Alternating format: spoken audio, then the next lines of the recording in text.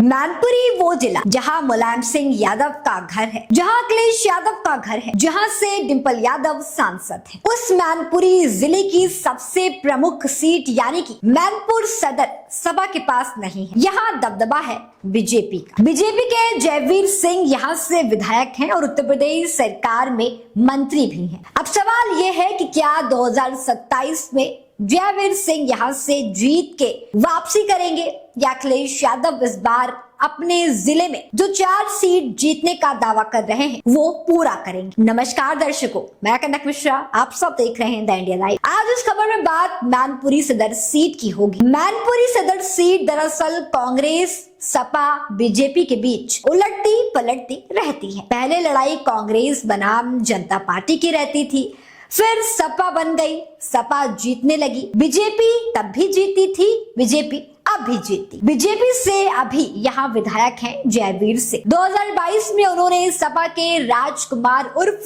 राजू यादव को मात दी थी। इस मात देने के पीछे सिर्फ 6000 वोटों का अंतर रहा। लेकिन क्या 2027 में भी ऐसा रहेगा?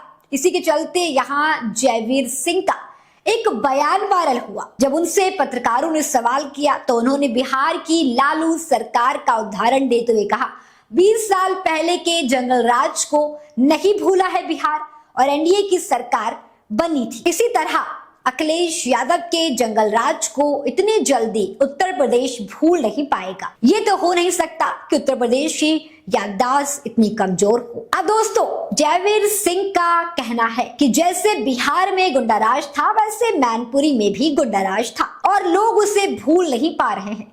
वहीं समाजवादी पार्टी के नेताओं का कहना है इस बार अखिलेश भैया का पीडीए चलेगा और जीते गई तो सपा है। अब दोस्तों, दोनों का अपना अपना दावा है, दोनों चुनावी समीकरण साधने में जुटे हुए हैं। लेकिन दोस्तों, यहाँ पर एक बात कमाल की कि यहाँ पर कोई भी 3 बार से ज्यादा चुनाव नहीं जीता है। जयवीर सिंह जब पहली बार जीते 2022 में, उनसे पहले 2 बार 2017 और 2012 में सपा के राजकुमार यादव जीते थे। वहीं और इससे पहले का देखा जाए तो 2007 और 2002 में बीजेपी से अशोक चौहान यहां से जीते। इस सीट पर इसी तरीके की अदला बदली होती रहती है। इसके पीछे का कारण क्या है? तो कारण ये है वोटर्स। हालांकि 2012 में यहाँ पर एक परिसीमन हुआ जिसमें क्षत्रिय वोटर्स की संख्या इस सीट पर थोड़ी कम हो। पहले ये क्षत्रिय बहुल सीट हुआ करती थी।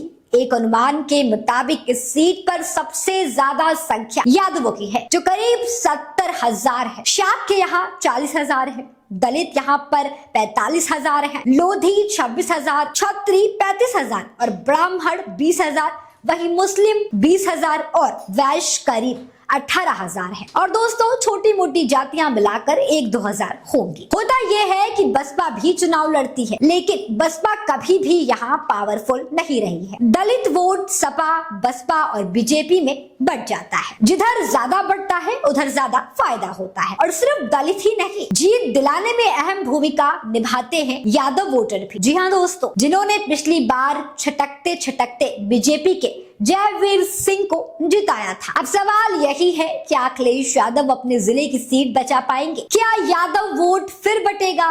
क्या दलित निर्णायक साबित होंगे? क्या बीजेपी स्थिरता के नाम पर वापसी करेगी या अखिलेश यादव ही गढ़ में 4 सीट जीतकर संदेश देंगे कि मैनपुरी अब पूरी तरह से सपा का किला है? अब दोस्तों, 2027 में जब ईवीएम खुलेगी तब तय होगा कि जंगल राज की याद भारी पड़ी या पीडीए की नई बयार। मैनपुरी फिर फैसला करेगी और उसका फैसला पूरे उत्तर प्रदेश की राजनीति को संदेश देगा। अब बस इंतजार है 2027 की उस सभा का जब मैनपुरी बोलेगी। दोस्तों, इस खबर पर आपकी क्या राय है हमें कमेंट में जरूर बताएं। सभा की रणनीति पर आपकी क्या राय है हमें कमेंट में जरूर बताएं। और अखिलेश यादव कह रहे हैं कि वो 4 सीटें जीतेंगे, इस पर आपको क्या लगता है?